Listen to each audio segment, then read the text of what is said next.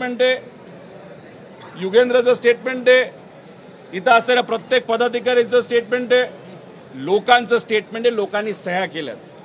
पण फक्त कदाचित एक बातमी कुठेतरी लागली की याच्या माध्यमातून आम्ही होम मिनिस्टर यांचा राजीनामा मागतोय. असं अजिबात नाही. याच्यातून आमचं एवढंच म्हणणं आहे, आम्हाला राजकारण करायचंच नाही. करायचं असलं असतं तर आम्ही करू शकलो असतो.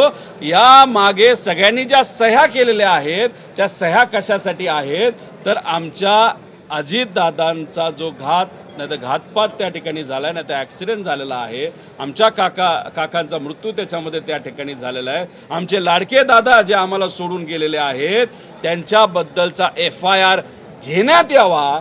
या स्टेटमेंटवर या सर्व नागरिकांनी, त्यांच्या प्रेमी लोकांनी तिथं सह्या केलेल्या आहेत. आणि इथं बघा, इथं लोक स्वइच्छेने आलेत, सगळे वकील आलेत. वकील तिथं 2 तास आर्ग्यू करत होते की नाही तुम्हाला FIR घ्यावा लागेल. अहो आम्ही 4 पुस्तकं तिथं वाचलीत आज 2 तासामध्ये, तरी सुद्धा पोलीस काय आमचा FIR घेत नाही. हा कुठंतरी दुर्दैवाने महाराष्ट्राच्या मोठ्या नेत्यावर, अजितदादांवर अन्याय त्या ठिकाणी आहे. जर दादा इतके अनेक मोठ्या लोकांचे मित्र होते तर मग त्या मित्रांनी याच्यात लक्ष घालून FIR करायला काय हरकत आहे. मग एवढ्या मोठ्या नेत्याचा FIR होत नसेल तर उद्या जर आम्हाला कोणाला काय झालं तर आमच्याबद्दल काय होणार.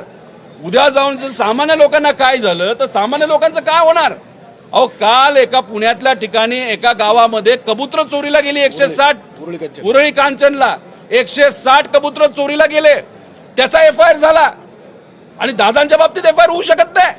अरे कसला न्याय. मुंबईत हा अधिकार आहे, सुप्रीम कोर्टाने दिलेला अधिकार आहे.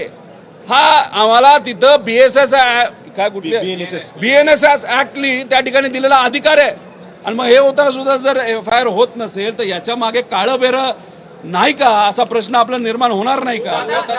मोठ्या व्यक्तीचा दबाव आहे असं म्हणतात. तो सरकारमधला आहे की सरकारमधलं बाहेर आहे, केंद्र सरकारमधला आहे की राज्य सरकार.